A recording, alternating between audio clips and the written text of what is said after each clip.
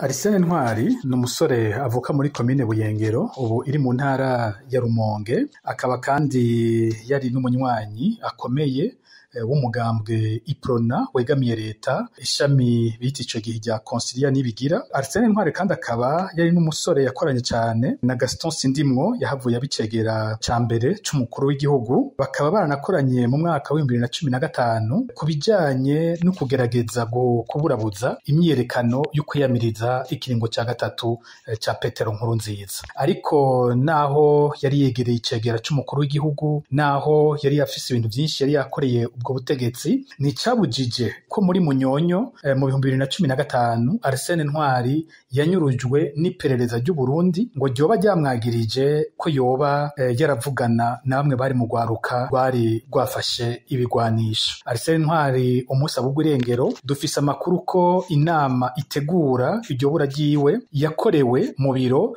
vy'umwe mu bihangange bikomeye mu butegetsi bwa CNDD-FDD, mbere muri kino kiringo akaba ari no mu bagize leta ya Evariste Ndayishimiye. Muri iyo nama niho bavuganye ibijanye n'ingene bamufata, bararungika n'abaza gukora ibikorwa vyo kumutega umutego be no kumufata. Twumvise ko umwe mu bakozi b'iperereza yari yanahoze agendanira Gaston Sindimwo, ari we yatumye ko Arsène Ntwari amubwira ngo bahurire mu kirabo kiri mu Kinama kugira ngo basangire agacupa, naho hari hakiri kare imbere y'umutaga. Arsène yaritavye, baricarana gatoyi n'uyu muntu, hanyuma haca haza abakozi b'iperereza boba bari barongowe n'uwitwa Athia Nduwimana. Abo rero baracakira Arsène, bamwinjiza mu modoka baramujana. Guhera ico gihe ntawe urigera asubira gukubita ijisho Arsène Ntwari gushika imyaka ibaye 6 atagakacira ko vyashikiye Arsène Ntwari. Nk'uko twama tubikora mw'isekeza Ndondeza, tuguma dusaba abo bategetsi b'Uburundi ko bokora ibishoboka vyose bagatanga umuco kuri aba bantu bagiye bafatwa n'inzego z'igihugu, bagafatwa n'abantu bazwi ariko mu nyuma ntibigere basubira gutorwa. Tugasaba umuco ukwiye ku vyashikiye Arsène Ntwari.